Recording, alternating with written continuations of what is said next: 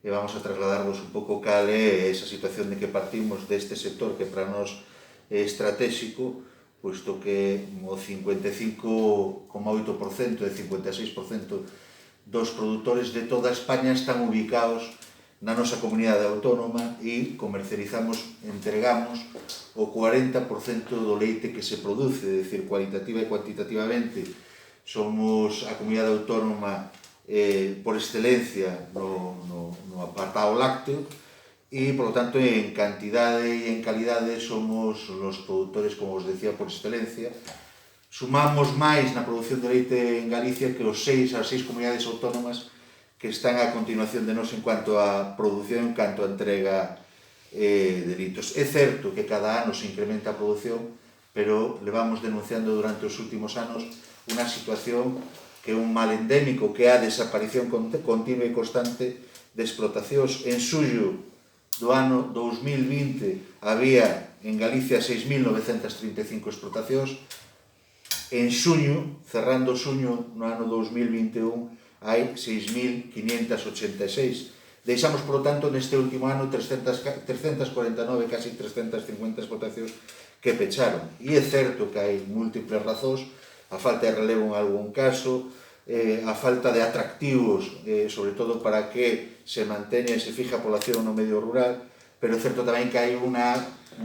cuestión que afecta en maior medida, que é a baixa rentabilidade que cada vez se agrava máis nas explotacións de leite. Non podemos perder de vista que seguimos sendo, en este mes de xullo pasado, a comunidade autónoma que percibe o precio máis baixo polo leite de toda España. Só hai unha comunidade autónoma que é as Illas Baleares que están por debaixo de nós e está a menos de 0,02 céntimos de diferencial con respecto á última, que é as Illas Baleares, e o que non parece normal é que sigamos prácticamente a un céntimo por debaixo da media a nivel estatal, é dicir, son 0,9, é certo, non chega ao céntimo, pero que estemos 3 céntimos por debaixo do que están cobrando de media os produtores en unha comunidade autónoma que é Asturias, que está pegada con nós e que, por lo tanto, é difícil de explicar. Hai prácticamente un ano e medio se aprobaba unha modificación da lei da cadena que efectivamente generou moitas expectativas en positivo, que nos generou ilusión porque entendíamos que era un instrumento válido para conseguir o que esa modificación planteaba era que ningún eslabón da cadena cobrara por debaixo do que lle costara producir e que, por tanto, non se estuvera establecendo ou podendo vender a leite a perdas, pero é certo que esa ilusión cercenaron o pouco tempo con esa mecánica que puso en marcha a industria láctea, que foi introducir unha cláusula nos contratos dicindo que o precio que lle pagaba cubría os costes de produción os produtores deste país e, polo tanto, esos contratos que nos vimos denunciando desde hai anos, que son contratos de adhesión, a mesma industria, a todos os seus gandeiros se lle paga o mesmo precio, ningún gandeiro ten capacidade de negociar o precio do leite con a súa industria, o que é máis grave, que ten todos os datos de como se establece e como os precios de venta ao longo da cadea, o que lle paga a industria ao produtor, o que lle paga a distribución á industria e o Ministerio de Agricultura, e seguimos sin entender como non utiliza esos datos para facer que se cumpla a lei, que é, en definitiva, o que estamos pedindo. Todo isto, ademais, se mezcla con unha situación endiablada, que é a subida dos costes de produción, por 3 vías, fundamentalmente a subida da enerxía eléctrica, que vistedes nestes últimos meses o que está sucedendo, nada que decir, conocedes perfectamente o que hai, a subida no que son os piensos, fundamentalmente polas materias primas de elaboración, a subida que está sabedes que o 60% do coste de producir un litro de leite provén fundamentalmente da alimentación e a subida do que foi os salarios dos traballadores desas explotacións. Isto fixo que nestes últimos 7 meses se producira unha escalada de subida nos costes que está en torno aos casi 3 céntimos, 2,85 céntimos por litro de leite. Costa producir máis casi 3 céntimos un litro hoxe que a finales do ano pasado. E, por lo tanto, non hai ninguna, nin tivemos ninguna posibilidade, fruto fundamentalmente da posición das industrias, de establecer unha subida que paliara de algún xeito estes costes que están asumindo o sector produtor. Desde Unións Agrarias levamos uns meses traballando, e así o trasladamos públicamente, coa distribución, ca industria e ca propia administración, que creemos que ten que ser quen lidere este proceso para, entre todos, conseguir valorizar a cadena e que ningún eslabón perda cartos na comercialización do seu produto. Creemos que hai unha boa intención, hai anuncios por parte de algunhas industrias de que se vai, ou máis ben da distribución, que se vai a incrementar o precio e que as industrias se van a repercutir. Hai industrias que anunciaron xa un incremento de precio directo aos gandeiros. Nos alegra, ainda que entendemos que é todavía insuficiente, porque non só non se cubre esta subida inicial, pero si entendemos que é un bo paso para conseguir a mellora que entendemos se debe dar daqui a final de ano, e o que vos vai a explicar o secretario xeral vai a ser cal é a estrategia que marcamos despois destas reunións a 4 bandas, a administración, industrias, distribución e a nosa organización, e ver o que vamos a facer os próximos meses. O que fixemos con vos fai un mes, describíamos un pouco as reunións que mantuvemos como organización agraria e tamén como a única organización de produtores lácteos que como tal ten a posibilidade de establecer negociación colectiva de xeito legal, sin que contraveña a lei de competencia, que nas distintas reunións ca distribución e ca industria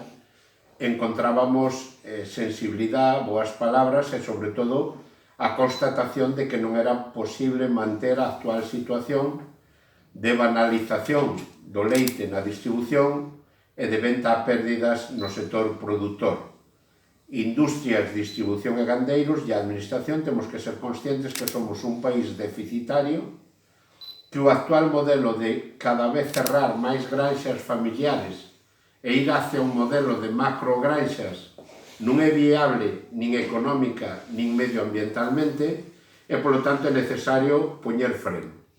Donde veñen as discrepancias é que, igual que os costes se produciron de xeito automático, os incrementos de precio levan un camiño moito máis lento e moito máis desigual. Estamos exercendo demasiada responsabilidade de estar axudando a industria a modificar o precio de venta á distribución.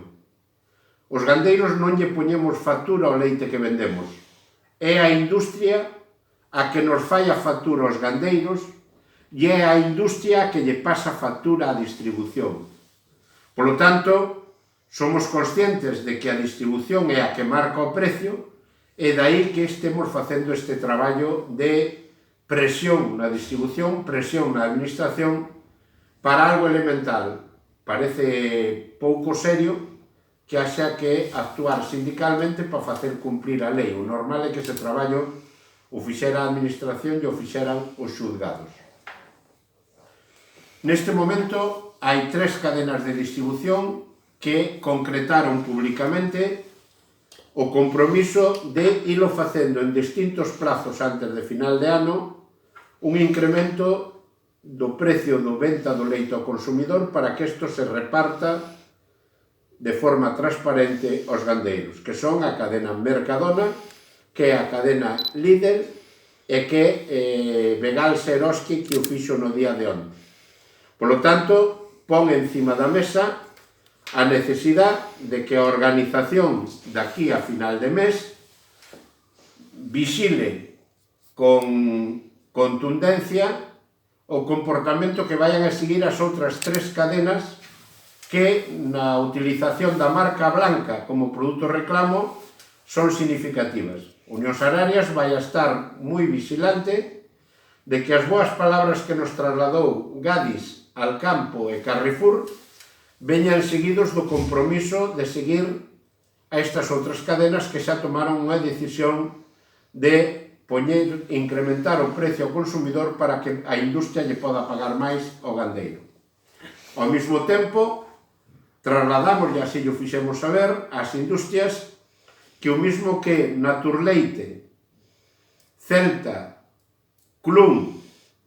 tomaron a decisión, e Pascual, de incrementar os precios aos gandeiros xa neste mes, hai dúas industrias que sí significan moito polo volumen que representan e polas circunstancias concretas que a súa actuación en Galicia repara aos gandeiros, que son Central Leiteira Asturiana, que fai apenas 40 días presumiu o seu director xeral de ter os resultados máis brillantes da súa historia e que é das que máis leite recolle en Galicia, que está mantendo unha actitud difícil de explicar con máis de 3 céntimos de diferencia entre o que lle paga un gandeiro asturiano frente a un gandeiro galego, cando o único que o distingue non é unha calidade de leite, senón unha ubicación xeográfica. Por lo tanto, esperemos que a súa boa conta resultados e o agravio comparativo que se está dando cos gandeiros galegos permita unha modificación do leite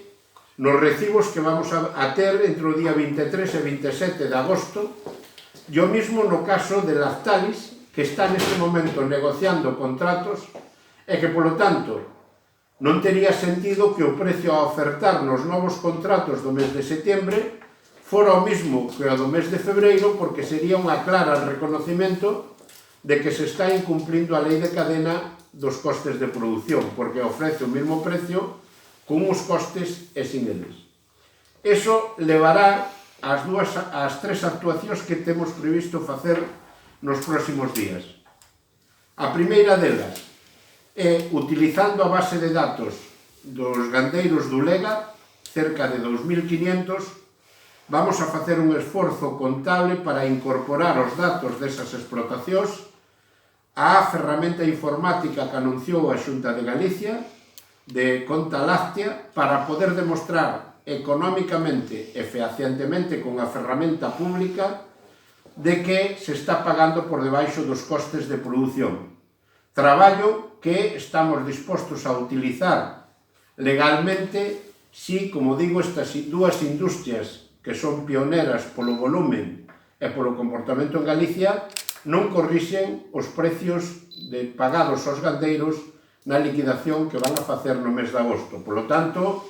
de non haber unha responsabilidade destas industrias para incrementar o precio dos gandeiros que cubra o incremento de costes de produción, presentaremos denuncias formales na AICA por incumprimento da lei de cadena e, por lo tanto, esperemos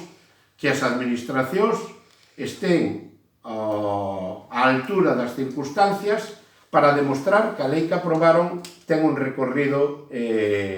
legal. E, en segundo lugar, que as cadenas de distribución que non colaboren nesta línea,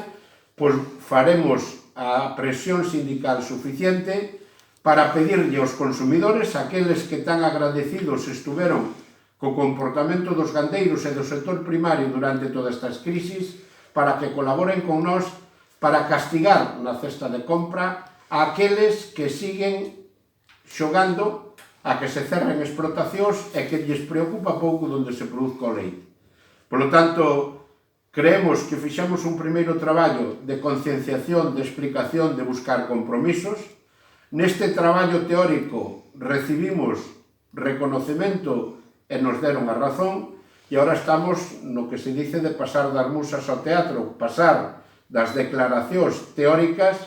a aplicación práctica. Nas cadenas de distribución no PVP da marca blanca, porque ese 25% da leite total de Galicia que se vende como produto reclamo termina poñéndolle precio a todo o leite, e por parte da industria que, pese a esta situación